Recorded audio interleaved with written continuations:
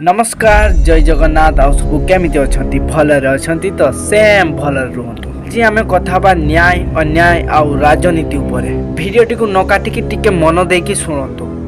आमर जदि केबे भी कोनोसी प्रकारर देहर असुस्थता हुए आमे प्रथमे हॉस्पिटल जाइताउ। हॉस्पिटल नियम तो सब आपण माने जानिथिबे। आउ प्रथमे कोविड टेस्ट करैथिबा दरकार, मास्क पिंधिथिबा दरकार, गहळी न करिवो जेमिति निज पेसेंट पाखे जणे रु अधिका रही पारिबनी। कोन पाई आम पेसेंट पाखे आमे 5 जन रहिबू 6 जन रहिबू तम प्रॉब्लम कोन?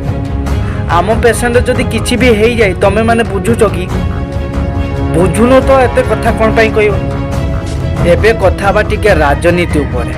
आपण माने तो देखुदिबे ए कोविड टाइम रे भी विभिन्न पार्टी रो रैली विभिन्न पार्टी रो मीटिंग होउची। सेठारे नेता मानकर चेला सबू लोकों गाँ को जाई 100 टंका बांटी तांको बस रे नेबा आनिबा करी तांको मीटिंग रे गहड़ी करूछंती।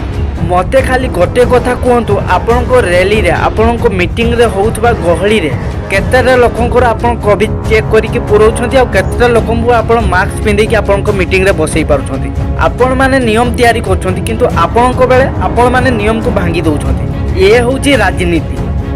एबे न्याय अन्याय आ पूजा परमिशन आ मीटिंग रैली रो परमिशन ऊपर टिके कथा हवा। आम गाँ मानकरे वर्ष वर्ष धरी होउथबा पूजा मानक आपण माने बंद करे दउछंती केवल एई कोविड पई।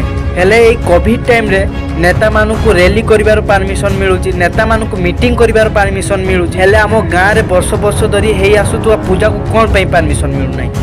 अरे आम गाँ रे तो पूजा हेले कोउटी 15 जनकर गहली रहिबो। हेले नेता मानको रैली रे नेता मानको मीटिंग रे 15,000 लोकन को भीड़ रहउची तथापि तांको परमिशन मिलुची। कोन बारे सरकार एमिति होउची आम देशर भविष्यत।